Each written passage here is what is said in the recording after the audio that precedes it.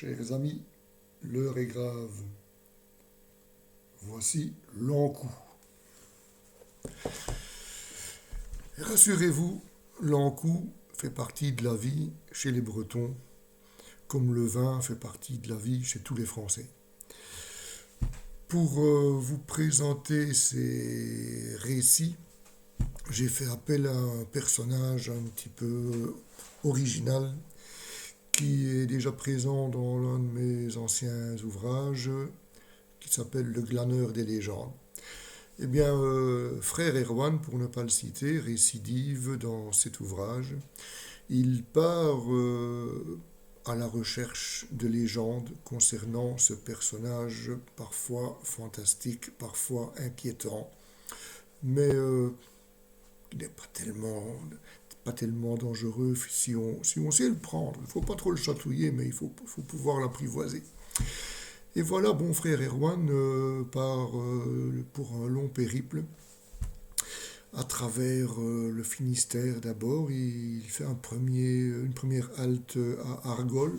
Et là, coup de bol, il rencontre quatre personnages qui se font appeler les Conteurs Blancs. Compteurs Conteurs, rien à voir avec les compteurs électriques, les compteurs Linky. Ça ferait mauvais genre dans mon bouquin. Et ces compteurs blancs, qui sont quatre, procèdent comme suit. Ils s'installent dans un enclos paroissial, hein, et ils attirent les touristes et racontent à ces touristes de passage les légendes concernant ce personnage légendaire que les étrangers ne connaissent certainement pas. Et il passe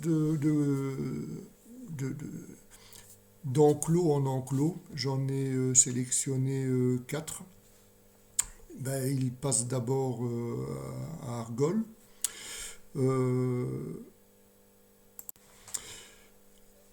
À Argol où les attendent une dizaine de touristes. Et ces quatre personnages ont récolté eux-mêmes des récits qui datent des années 1800. Et ils distillent ces récits aux touristes en expliquant également la conception d'un enclos paroissial, le pourquoi, ce qu'il contient, l'ossuaire, etc. Et tout ça avec un certain humour, parce que bon, j'ai intégré dans ce roman pas mal de traits d'humour, de l'humour belge, puisque je suis d'origine belge, excusez-moi, je suis désolé, personne n'est parfait.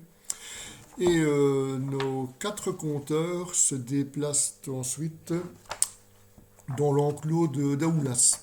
Daoulas qui est un superbe enclos, là ils continuent à procéder à leur récit.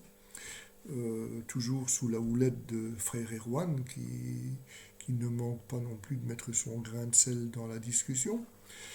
De Daoulas, il se déplace à Guémillot, superbe enclos s'il en est. Et enfin, ils terminent leur périple à la Martyre, là où on a également un très bel ossuaire et un très beau site.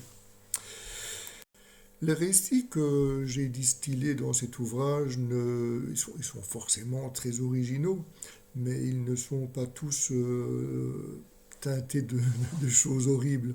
Il faut pas affronter la mort, il faut pas affronter l'encou.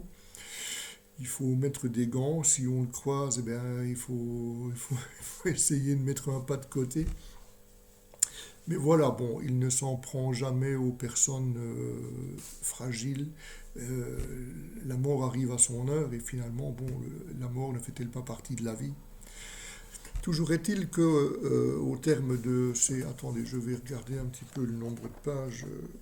Au terme de ces 230 pages, vous aurez découvert un personnage qui a fait peur à des générations, qui fait surtout peur aux plus jeunes lecteurs, aux plus jeunes personnes, mais l'encou, ce n'est qu'un de nos voisins.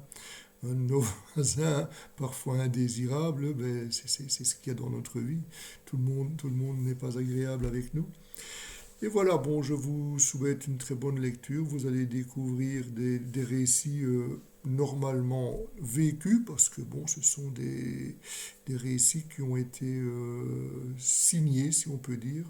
Euh, on retrouve le nom des personnes qui les ont propagés de génération en génération. Et j'imagine que la plupart de ces récits ont réellement eu lieu. Et je vous souhaite une très bonne lecture. Ce sera également un cadeau très original à offrir à vos proches en cette fin d'année 2023.